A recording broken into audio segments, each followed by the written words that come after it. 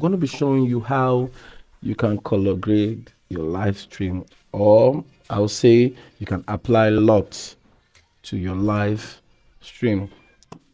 When you hear LUT, what comes to your mind, guys? So LUT is going to help you make your video look more colorful, more cinematic. I'm going to be showing you how to do that. I'm going to be attaching the link in the description below where you can download at least 33 free LUTs. So please like, share, subscribe, hit the notification button.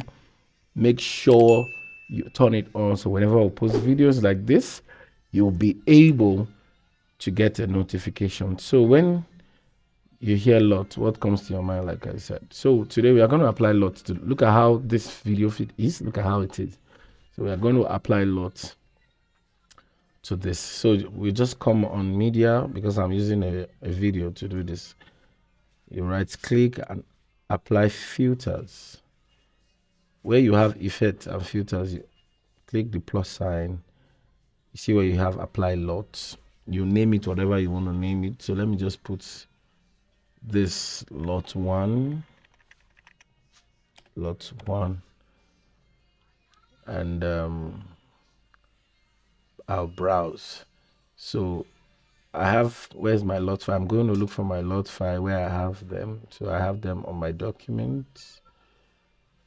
So here you have them. So I'm just going to pick anyone. Then when you hit OK,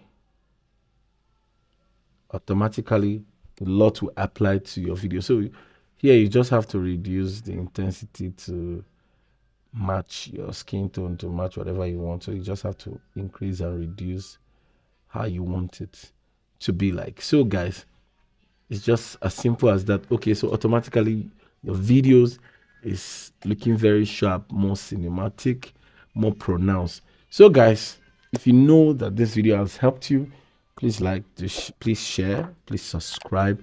Also send this video to any of your media friends you know may need this. Thank you. Stay blessed.